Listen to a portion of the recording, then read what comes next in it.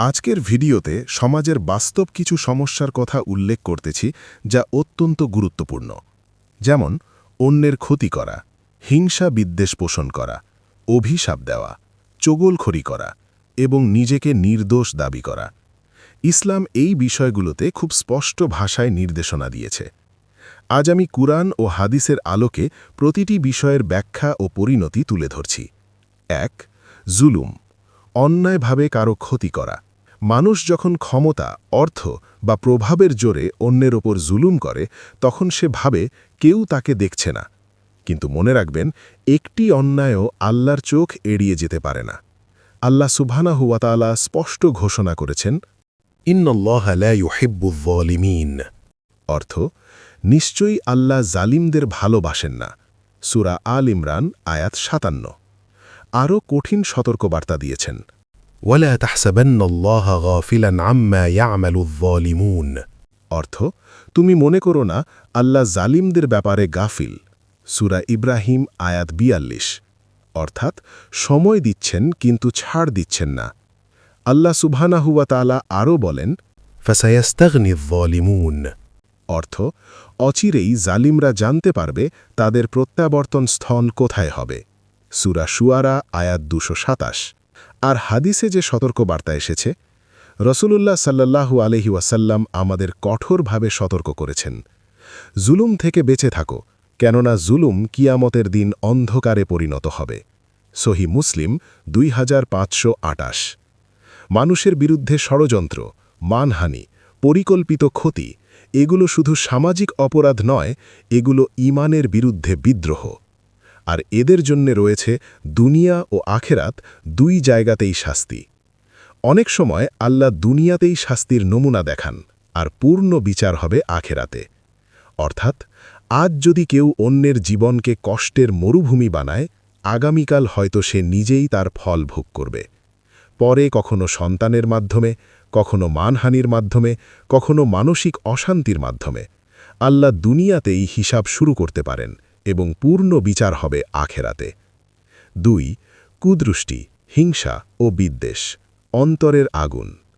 সমাজের অনেক অশান্তির শিকড় বাইরে নয়, ভেতরে। মানুষের অন্তরে জমে থাকা হিংসা, কুদৃষ্টি ও বিদ্বেষ ধীরে ধীরে তার ঈমান, নেক আমল এবং সম্পর্ক সব কিছু পুড়িয়ে দেয়। হিংসা মানে আল্লাহ অন্য কাউকে যে নেয়ামত দিয়েছেন তা দেখে কষ্ট পাওয়া এবং সেই নেয়ামতের ধ্বংস কামনা করা। অর্থাৎ আমি নিজে না পেলেও চলবে, কিন্তু সে যেন না পায়, এই মানসিকতা। এই কারণেই আল্লাহ সুবহানাহু ওয়া তাআলা আমাদের শিখিয়েছেন, ওয়ামিন শাররি হাসিদিন ইযা হাসাদ। অর্থ, হিংসুকের অনিষ্ট থেকে আশ্রয় চাই যখন সে হিংসা করে। সূরা আল ফালাক আয়াত ৫। হিংসা এত ভয়ঙ্কর যে আল্লাহ নিজেই এর অনিষ্ট থেকে আশ্রয় চাইতে বলেছেন। এতে নেক আমল ধ্বংস হয়ে যায়। রাসূলুল্লাহ সাল্লাল্লাহু আলাইহি ওয়াসাল্লাম বলেছেন, খবরদার, হিংসা থেকে আত্মরক্ষা করবে, কেননা হিংসা এমনভাবে নেক কর্ম ধ্বংস করে ফেলে যেমন আগুন খড়কুটো পুড়িয়ে ফেলে। সুনানে আবু দাউদ শেখ আলবানী রাহিমাহুল্লাহ এটিকে হাসান বলেছেন। অর্থাৎ হিংসা অন্যের আগে নিজের আমল শেষ করে দেয়। এটা ভেতরের আগুন যা আগে নিজের হৃদয় পুড়িয়ে দেয়। আর বিদ্বেষ ও সম্পর্ক ছিন্ন করার ভয়াবহতা। রাসূলুল্লাহ সাল্লাল্লাহু আলাইহি ওয়াসাল্লাম বলেছেন, তোমরা পরস্পরে বিদ্বেষ করো না, হিংসা করো না, ষড়যন্ত্র করো না ও সম্পর্ক ছিন্ন করো না। তোমরা আল্লাহর বান্দা হিসেবে ভাই ভাই হয়ে যাও। সহিহ বুখারী। আরও একটি হাদিসে এসেছে যা কঠিন সতর্কবার্তা। রাসূলুল্লাহ সাল্লাল্লাহু আলাইহি ওয়াসাল্লাম বলেছেন, পূর্ববর্তী ধ্বংসপ্রাপ্ত জাতিগুলোর ব্যাধি তোমাদের মধ্যেও এসেছে, হিংসা ও বিদ্বেষ। এই বিদ্বেষ মুন্ডন করে দেয়। আমি বলি না চুল মুন্ডন করে, বরং দ্বীনকে মুন্ডন করে দেয়। মুসনাদ আহমদ। ভাবুন, চুল মুন্ডন হলে আবার গজায়, কিন্তু দ্বীন মুন্ডন হলে ঈমানই ক্ষতিগ্রস্ত হয়ে যায়, সে জান্নাত থেকেও বঞ্চিত হয়ে যায়। রাসূলুল্লাহ সাল্লাল্লাহু আলাইহি ওয়াসাল্লাম বলেছেন, প্রতি সোমবার ও বৃহস্পতিবার বান্দাদের আমল আল্লাহর কাছে পেশ করা হয়। তখন প্রত্যেক মুমিনকে ক্ষমা করে দেওয়া হয়, শুধুমাত্র ওই ব্যক্তি ছাড়া যার ও তার ভাইয়ের মধ্যে বিদ্বেষ আছে। বলা হয়, এদের বিষয়ে স্থগিত রাখো যতক্ষণ না তারা ফিরে আসে। সহিহ মুসলিম। অর্থাৎ ক্ষমা দরজার সামনে দাঁড়িয়ে আছে, কিন্তু অন্তরের বিদ্বেষ সেই দরজা বন্ধ করে দেয়। মনে রাখবেন, হিংসা অন্যের ক্ষতি করার আগে নিজের ক্ষতি করে। বিদ্বেষ অন্যকে দূরে ঠেলে দেওয়ার আগে আল্লাহর রহমত থেকে দূরে সরিয়ে দেয়। আপনি যদি কারো ভালো দেখে কষ্ট পান, সাথে সাথে বলুন, আল্লাহুম্মা বারিক লাহু, হে আল্লাহ তাকে বরকত দিন, কারণ হিংসা আগুন, কিন্তু দোয়া হল পানি। ৩. অপবাদ, দুর্নাম রটানো, গীবত ও চগলখড়ি। মুখের একটি কথাই ধ্বংস ডেকে আনে। সমাজে অনেক ফিতনা তলোয়ার দিয়ে নয়, জিহ্বা দিয়ে সৃষ্টি হয়। একটি কথা, একটি গুজব, একটি বিকৃত বর্ণনা একটি পরিবার ভেঙে দিতে পারে।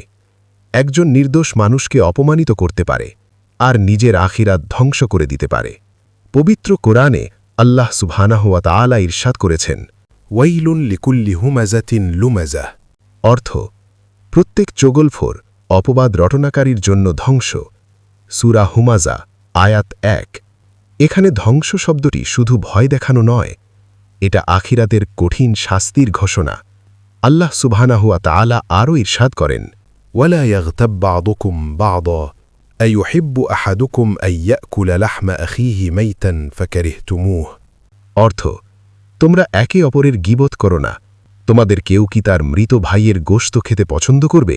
সূরা হুজুরাত, আয়াত ১২। ভাবুন, মৃত ভাইয়ের গোশত খাওয়া কত ঘৃণ্য। আল্লাহ গীবতকে ঠিক সেই রকম জঘন্য হিসেবে তুলে ধরেছেন, আর অপবাদ রটনাকারীর রয়েছে ভয়াবহ শাস্তি। উম্মুল মুমিনিন হজরত আয়েশা রাদিয়াল্লাহু আনহার বিরুদ্ধে মিথ্যা অপবাদ দেওয়া হয়েছিল। এই ঘটনার পর আল্লাহ সুবহানাহু ওয়া তাআলা আয়াত নাজিল করে বলেন, ইন্নাল্লাযীনা ইয়ারমুনাল মুহসানাতি সুম্মা লাম ইয়াতু বিআরবা'তি শুহাদা'a ফাজলিদুহুম ৮০ জালদাহ ওয়া লা তাকবালু লাহুম শাহাদাতান আবাদা ওয়া উলাইকা হুমুল ফাসিকুন। অর্থ, নিশ্চয়ই যারা এই অপবাদ রটনা করেছে তারা তোমাদেরই একটি দল। তাদের প্রত্যেকের জন্য রয়েছে যতটুকু পাপ সে অর্জন করেছে, আর যে ব্যক্তি এতে প্রধান ভূমিকা পালন করেছে তার জন্য রয়েছে মহা আযাব। সূরা নূর, আয়াত ১১। আল্লাহ সুবহানাহু ওয়া তাআলা আরও বলেন, ওয়াল্লাযীনা ইয়ারমুনাল মুহসানাতি সুম্মা লাম ইয়াতু বিআরবা'তি শুহাদা'a ফাজলিদুহুম ৮০ জালদাহ ওয়া লা তাকবালু লাহুম শাহাদাতান আবাদা ওয়া উলাইকা হুমুয যালিমুন।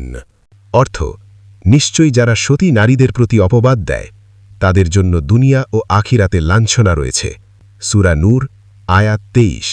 অর্থাৎ, অপবাদ শুধু মুখের কথা নয়, এটা এমন গুনাহ যার লাঞ্ছনা দুনিয়া ও আখিরাত দুই জায়গাতেই। এই নিয়ে হাদিসের সতর্কবার্তা। রাসূলুল্লাহ সাল্লাল্লাহু আলাইহি ওয়াসাল্লাম বলেছেন, যে ব্যক্তি একে অপরের মধ্যে ফাটল সৃষ্টি করে, চগলখড়ি করে, সে জান্নাতে প্রবেশ করবে না। সহিহ বুখারী ৬০৬৮। আরেক হাদিসে এসেছে, চগলখোর ব্যক্তি কবরের শাস্তির অন্যতম কারণ। চগলখড়ি কি? একজনের কথা আরেকজনের কাছে এমনভাবে পৌঁছে দেওয়া যাতে সম্পর্ক নষ্ট হয়, মানে নিজে আগুন না জ্বালিয়ে আগুনের কাঠ যোগান দেওয়া। আজ আমরা অনেকেই বলি, আমি তো শুধু সত্য কথাই বলেছি, কিন্তু প্রশ্ন হল, সত্য হলেও যদি কারো সম্মান নষ্ট হয়, সত্য হলেও যদি সম্পর্ক ভেঙে যায়, সত্য হলেও যদি উদ্দেশ্য হয় অপমান, তাহলে সেটাও গীবত। মনে রাখবেন, মুখের একটি কথা হয় জান্নাতের দরজা খুলতে পারে, নয়তো জাহান্নামের আগুন জ্বালাতে পারে। অপবাদ দেওয়া সহজ, কিন্তু কিয়ামতের দিন প্রমাণ দেওয়া কঠিন। তাই কথা বলার আগে নিজেকে ৩টি প্রশ্ন করুন, এটা কি সত্য? এটা কি প্রয়োজনীয়? এটা কি কারো ক্ষতি করবে? যদি ক্ষতি করে, চুপ থাকাই ইবাদত। সমাজে আমরা এমন মানুষও দেখি, মুখে দিনদারির কথা, কিন্তু অন্তরে হিংসা, জুলুম, প্রতারণা। কিন্তু ইসলাম বাহ্যিক রূপ দেখে না, হৃদয়ের সত্যতা দেখে। এটাকে ভণ্ডামির বলে। ভণ্ডামি মানে মুখে আল্লাহর ভয়, কাজে অন্যায়, সামনে প্রশংসা, পেছনে অপবাদ, মানুষকে নসিহত, নিজে গুনাহে ডুবে থাকা। মনে রাখবেন, দাড়ি, টুপি, লম্বা কথা এগুলো পরিচয় হতে পারে, কিন্তু তাকওয়ার প্রমাণ নয়। আল্লাহ অন্তরের খবর জানেন। দুনিয়াতে অনেক সময় দেখা যায় জালিম ভালো আছে, হিংসু সফল, অপবাদদাতা জনপ্রিয়। কিন্তু কুরআন আমাদের শেখায়, সময় দেওয়া মানে ছাড় দেওয়া না। আল্লাহ ধৈর্যশীল, কিন্তু ন্যায় বিচার নিশ্চিত। আজ যদি কেউ বাহ্যিক ধার্মিকতার আড়ালে অন্যায় করে, সে হয়তো মানুষের চোখে বেঁচে যাবে, কিন্তু আল্লাহর চোখে নয়। এসব করেও যদি কেউ নিজেকে নির্দোষ দাবি করে, তা হয়ে যায় অহংকার। আল্লাহর কাছে কে কেমন, তিনিই ভালো জানেন। আজ সমাজে একটি বড় সমস্যা হল, মানুষ ভুল করলেও বলে, আমি তো নির্দোষ। অন্যায় করেও বলে, আমার কোনো দোষ নেই। কিন্তু ইসলাম আমাদের শেখায়, নিজেকে পবিত্র ঘোষণা করা ঈমানদারের কাজ নয়। কুরআনে আল্লাহ সুবহানাহু ওয়া তাআলা স্পষ্ট নির্দেশ দিয়েছেন। আল্লাহ সুবহানাহু ওয়া তাআলা ইরশাদ করেন, ولا تقولوا لمن ألقى أيمانه ألا تقصوا أنكم متقون بل الله يعلم من المتقون। অর্থ, তোমরা নিজেদের পবিত্র বলে ঘোষণা দিও না, তিনি উত্তম রূপে জানেন কে মুত্তাকি। সূরা আন-নাজম আয়াত ৩২। আল্লাহ সুবহানাহু ওয়া তাআলা আরও বলেন, ولا تزكوا أنفسكم هو أعلم بالمتقين। অর্থ, তোমরা নিজেদের নির্দোষ দাবি করো না, আল্লাহ জানেন কে মুত্তাকি। সূরা আন-নিসা আয়াত ৪৯। অর্থাৎ, মানুষের সামনে নিজেকে ভালো প্রমাণ করলেই হবে না, আল্লাহর সামনে সত্যিকারের অবস্থানই আসল। আর হাদিসে এসেছে, রাসূলুল্লাহ সাল্লাল্লাহু আলাইহি ওয়াসাল্লাম বলেছেন, তোমরা নিজেদেরকে খুব বেশি প্রশংসিত করো না, তোমরা নিজেদেরকে পবিত্র দাবি করো না, নিজেদের বড়াই করো না। আল্লাহ ভালো জানেন কে মুত্তাকি। সহিহ মুসলিম। আরও কঠিন সতর্ক বার্তা। রাসূলুল্লাহ সাল্লাল্লাহু আলাইহি ওয়াসাল্লাম বলেছেন, যে ব্যক্তি অহংকার করে এবং নিজেকে বড় মনে করে, সে জান্নাতে যাবে না। সুনানে আবু দাউদ। অহংকার কি? অহংকার মানে নিজের ভুল স্বীকার না করা, নিজেকে সবসময় সঠিক মনে করা, অন্যকে ছোট ভাবা। মনে রাখবেন, ইবলিসের পতনের মূল কারণও ছিল অহংকার। আর একটা কথা, যারা অন্যকে অভিশাপ করে তাদের পরিণতি কিন্তু খুবই ভয়ঙ্কর। রাসূলুল্লাহ সাল্লাল্লাহু আলাইহি ওয়াসাল্লাম বলেছেন, যে ব্যক্তি কোনো মুমিনকে লানত করল, সে যেন তাকে হত্যা করল। সহিহ বুখারী ও সহিহ মুসলিম। আরেক হাদিসে এসেছে, রাসূলুল্লাহ সাল্লাল্লাহু আলাইহি ওয়াসাল্লাম বলেছেন, যখন কোনো ব্যক্তি কোনো বস্তুকে অভিশাপ দেয়, তখন সেই অভিশাপ আকাশে উঠে যায়, কিন্তু আসমানের দরজাগুলো বন্ধ পেয়ে আবার পৃথিবীতে ফিরে আসে। তারপর পৃথিবীর দরজাগুলো বন্ধ পেয়ে ডানে বামে ঘুরতে থাকে। যখন কোথাও যাওয়ার পথ না পায়, তখন অভিশাপ ফিরে যায় সেই ব্যক্তির কাছে যে অভিশাপ দিয়েছিল। সুনানে আবু দাউদ। অর্থাৎ, অন্যায়ভাবে কাউকে অভিশাপ দিলে তা অভিশাপকারীর উপর ফিরে আসে। আর এই সব জুলুম যে করে তাকে বলে জালিম, আর যে সহ্য করে নেয় সেই হল মজলুম। এখন দেখব মজলুমের দোয়া ও জালিমের পরিণতি। যখন কেউ জুলুমের শিকার হয়, হয়তো তার মুখে শক্তি নেই, কিন্তু তার দোয়ার শক্তি আছে। রাসূলুল্লাহ সাল্লাল্লাহু আলাইহি ওয়াসাল্লাম বলেছেন, ৩ ব্যক্তির দোয়া ফেরত দেওয়া হয় না: ইফতারের সময় রোজাদারের দোয়া, ন্যায়পরায়ণ শাসকের দোয়া এবং মজলুমের দোয়া। আল্লাহ বলেন, আমার সম্মানের শপথ, বিলম্ব হলেও আমি অবশ্যই সাহায্য করব। সুনানে তিরমিজি ৩৫৯৮। ভাবুন, মজলুম যদি রাতে কাঁদে, তার দোয়া আরশ পর্যন্ত পৌঁছে যায়, আর জালিমের জন্য কোনো সাহায্যকারী নেই। আল্লাহ তাআলা ঘোষণা করেন, وما للظالمين من أنصار। অর্থ, আর জালিমদের জন্য কোনো সাহায্যকারী নেই। সূরা আলে ইমরান ১৯২। দুনিয়ায় হয়তো বন্ধু আছে, ক্ষমতা আছে, সমর্থক আছে, কিন্তু আল্লাহর আদালতে কেউ পাশে থাকবে না। একটি হাদিসে কুদসির সতর্কবার্তা। রাসূলুল্লাহ সাল্লাল্লাহু আলাইহি ওয়াসাল্লাম বলেছেন, আল্লাহ বলেন, হে আমার বান্দারা, আমি নিজের ওপর জুলুম হারাম করেছি এবং তোমাদের জন্য তা হারাম করেছি, অতএব তোমরা একে অপরের উপর জুলুম করো না। সহিহ মুসলিম 6737। এটা শুধু নিষেধ নয়, এটা সরাসরি আল্লাহর ঘোষণা। শেষে কথা, যে কষ্ট পেয়েছে, যে নির্দোষ হয়েও অপমানিত হয়েছে, তার কান্না সরাসরি আরশে পৌঁছে যায়।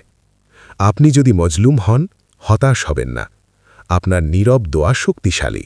মনে রাখবেন, হিংসা নিজের আমল নষ্ট করে, জুলুম কিয়ামতে অন্ধকার হয়ে ফিরে আসে, অপবাদ দুনিয়া ও আখেরাতে লাঞ্ছনার কারণ, ভণ্ডামি জাহান্নামের নিম্ন স্তরের শাস্তির কারণ। কিন্তু মজলুমের দোয়া ও আল্লাহর মাঝে কোনো পর্দা নেই। সহিহ বুখারী। ধৈর্যশীলদের জন্য আল্লাহর নিশ্চিত প্রতিশ্রুতি আছে।